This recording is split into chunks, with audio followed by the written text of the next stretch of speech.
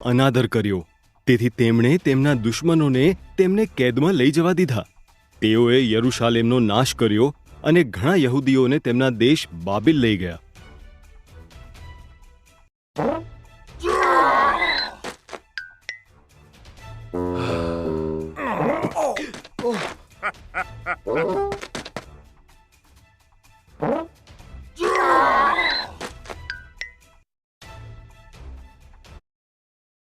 દાનિયેલ બાબિલના યહૂદીઓમાંનો એક હતો.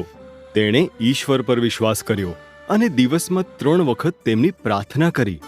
દેવે દાનિયેલને આશીર્વાદ આપ્યો અને તે દેશનો એક શક્તિશાળી નેતા બન્યો.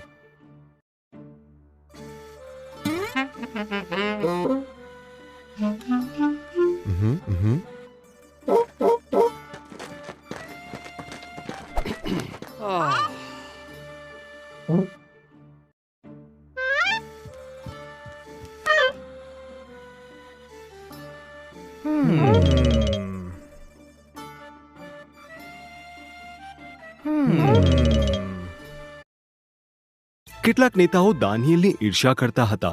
તેથી તેઓએ નવો કાયદો બનાવ્યો. લોકો ફક્ત દારિયાવેશ રાજાને જ પ્રાર્થના કરી શકતા હતા. જેણે આજ્ઞા ન પાડી તેને સિંહોના બિલમાં નાખી દેવામાં આવશે. દારિયાવેશ સહમત થયો.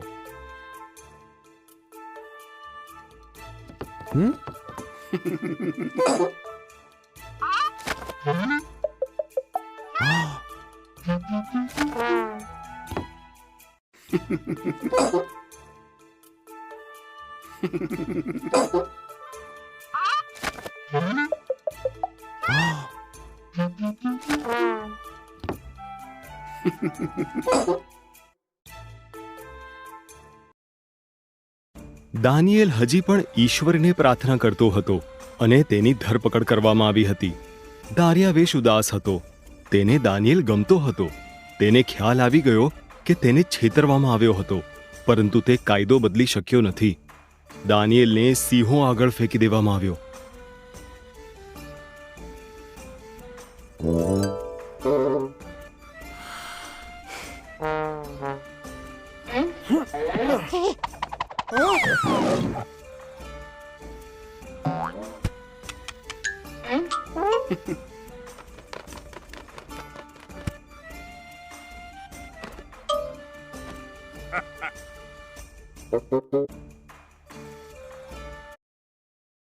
સિંહો ગર્જના કરતા દાનિયેલ તરફ સરક્યા.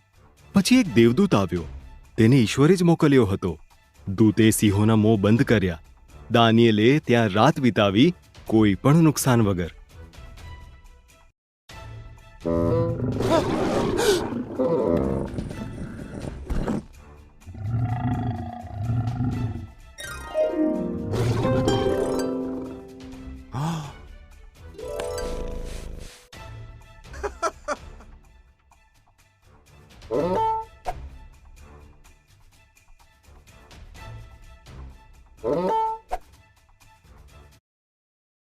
સવારના સમયે દારિયાવેશ એ જોવા માટે ગયો કે દાનિયેલ જીવંત છે કે નહીં. દેવે મને બચાવવા એક દેવદૂત મોકલ્યો. દાનિયેલે કહ્યું. રાજા રોમાંચિત થઈ ગયા. દાનિયેલને બિલમાંથી બહાર કાઢવામાં આવ્યો.